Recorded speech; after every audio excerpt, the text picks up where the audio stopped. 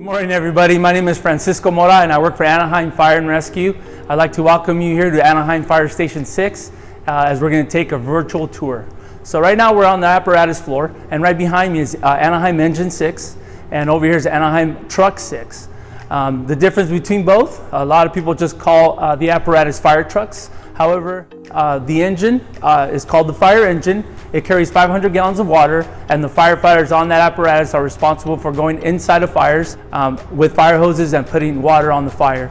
Now, the firefighters on the fire truck, now you know it's distinct because of the big white aerial ladder on top that allows us to go up on rooftops to cut holes for ventilation. I think of this as like a rolling toolbox, and I'll show you the different equipment we carry on this in just a little bit.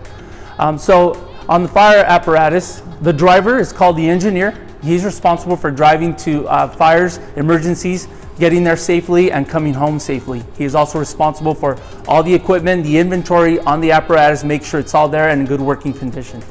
On the front seat, we have the captain. He wears a red helmet. He's responsible for supervising all the firefighters on the apparatus, but also getting the engineer directions on how to get to a fire or an emergency safely. The firefighters sit in the back seat. Anaheim Engine 6 has one firefighter, and he obviously is responsible for not only being ready for emergencies by putting on proper protective equipment, but he's also the paramedic that has to attend and run medical calls.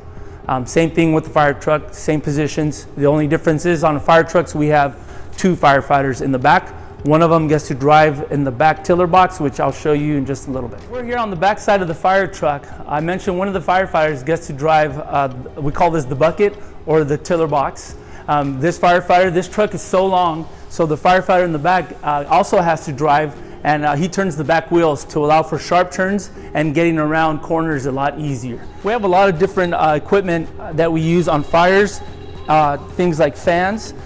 One thing that we do as firefighters is we go on top of rooftops. If you see us up there, we're cutting holes to ventilate. That means we cut a hole to get all the toxic smoke up out of the house so that firefighters on the engine can go in and fight the fire and find the fire, but also find people that need rescuing.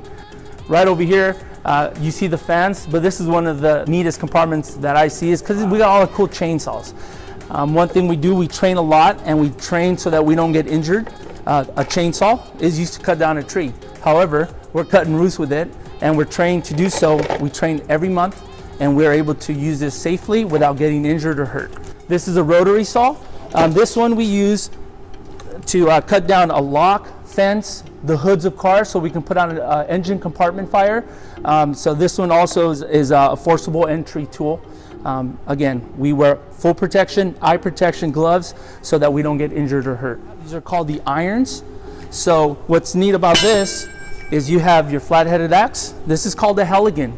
This is what we use to force entry into compartments, doors, things like that, by using not only this, but we hit the back of this, and we work as a team with the other firefighter to be able to force things in and go inside and find people and rescue them.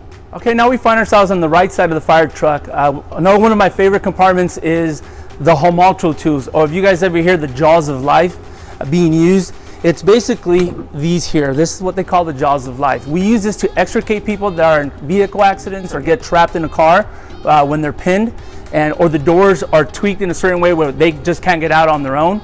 Also, we have cutters. These are like big scissors. They cut the metal really easy.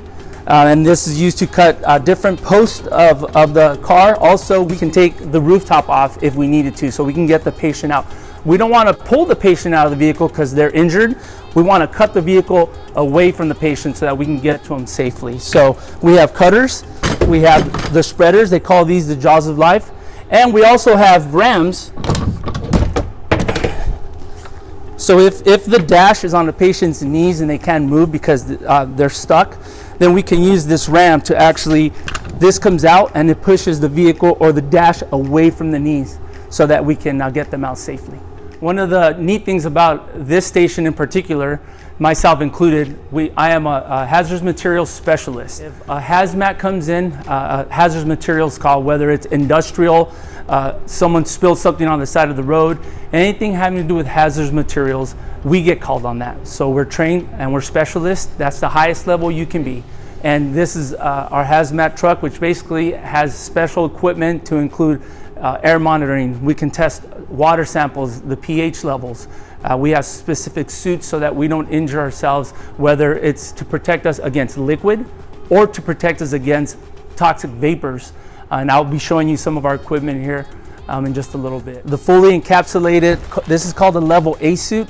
This is just an example. This is one of our old training suits we use that fully encapsulates us, meaning I have an air tank on my back, I have a mask on, and all that is worn inside of this suit here.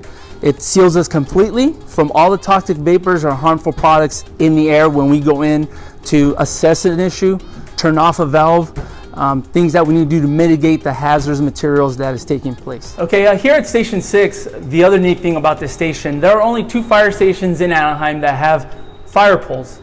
That's our downtown station, number 1, and Anaheim Fire Station 6. When we get woken up for a call, instead of having to run down the stairs and take our time, we use the fire poles to get down here faster. The faster we get to the apparatus, the faster we go out on an emergency, the faster we get to someone having an emergency and help people out. One neat thing about this one, you can see this, I said it's a 3rd floor. This one leads up to the 3rd floor. It's actually 2 poles. You have to slide down 2 poles in one. So, okay, now we find ourselves inside of Station 6. This is the 1st floor. This is the first hallway we come into when we're coming from the apparatus floor in. We have our community or our library here, our community room, where we usually study. There's computers in here. We can do some training. And just down the hallway, you're going to find the captain's office and the battalion chief's office at the far end. Okay, so now we find ourselves on the 2nd floor of Anaheim Fire Station 6. Right behind me here is one of my favorite rooms. It's called the day room. Every fire station has a day room.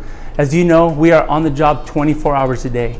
So we're here from 8 in the morning till 8 in the morning the following day. So we spend 24 hours at a fire station.